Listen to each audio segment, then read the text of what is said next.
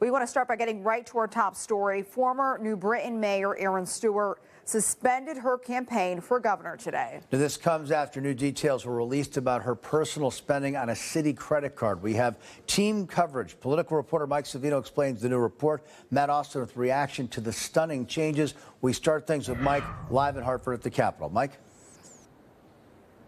Yeah, Kevin and Amber, I don't even know if stunning is a strong enough word here, because Stewart had been almost defiant, really, as reports earlier this week started to lead to questions about her spending while she was the mayor of New Britain, telling supporters that she was going to stay in this race. But then today, more details emerged about her use of that purchase card, and now she's saying that this is just too much. And I will not allow politically motivated attacks, whether from the Democrats who are desperate to hold on to power or certain Republicans desperate to grab it for themselves, to deter us from reclaiming this state. Just 48 hours ago, Erin Stewart vowed to stay in the governor's race, eyeing the Republican endorsement at this weekend's convention. But then this morning, she dropped out. Roughly an hour after New Britain released a report detailing her use of a city credit card while mayor, spending $207,000 over 10 years, more than half of that without receipts. Stewart said the revelations were becoming a distraction from the issues in the race. She also said she will take accountability for any mistakes, and I intend to make full and complete restitution to the city of New Britain, my home, for anything that I owe.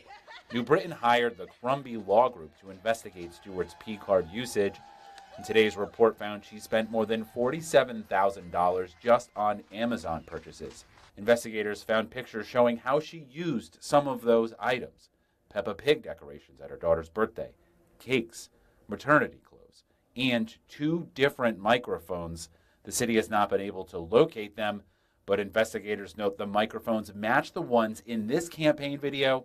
Never really inspects the property, never asks hard questions, never notices, or maybe they refuse to notice, the rot growing behind the doors. And this one. For years, people across the state have heard the nickname Corrupticate. Investigators also claim she spent more than $26,000 at Costco and Instacart and paid $19,000 over a period of years for membership to the private Hartford Club, where she held a fundraiser for her 2017 mayoral campaign. The city paid some of the costs of that fundraiser, even though candidates are not allowed to use public resources for elections. Stewart's campaign never repaid the city. Now, of course, this is also raising questions about how this went on for so long. An annual audit of the budget in 2019 looked at 25 purchases and noted many of them were missing documentation.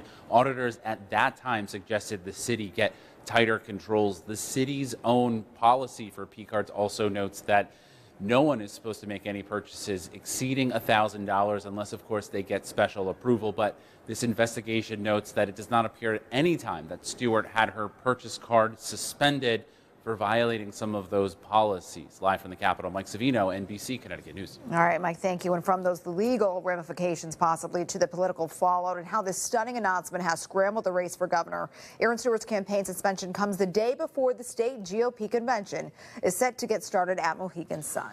NBC Connecticut's Matt Austin does us live in New Britain with reaction from the remaining candidates. Matt.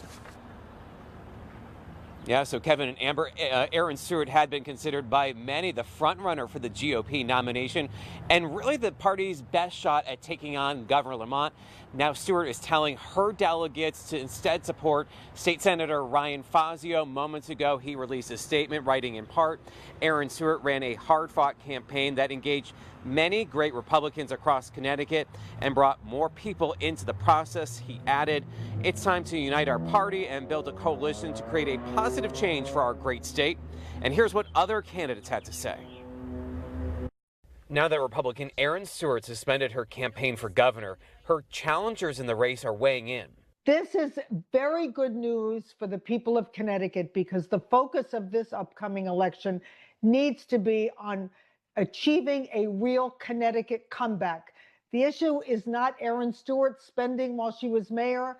The big issue is the Democrats' spendaholic regime in Hartford. With the state Republican convention beginning tomorrow, The party chair wrote in part, "I applaud Mayor Erin Stewart's decision to withdraw from the race for governor of Connecticut and to put her family first and foremost, as well as the interests, principles, and beliefs of the Connecticut Republican Party." I think on a personal level, I do have sympathy for her and what she's going through. I think it's the right thing for the party moving forward. And we have a governor that has agencies that have committed a lot of wrongdoing. We don't want to have a new narrative of going on defense. As shockwaves ripple through the Republican side, Democratic candidates are also speaking out about the developments with Stewart. There were some serious allegations. Got to get to the bottom of that. I respect her decision. I know how tough it was. I think that, she had 10 years of running the city, and it seemed like there were not really good systems in place to account for taxpayers' dollars.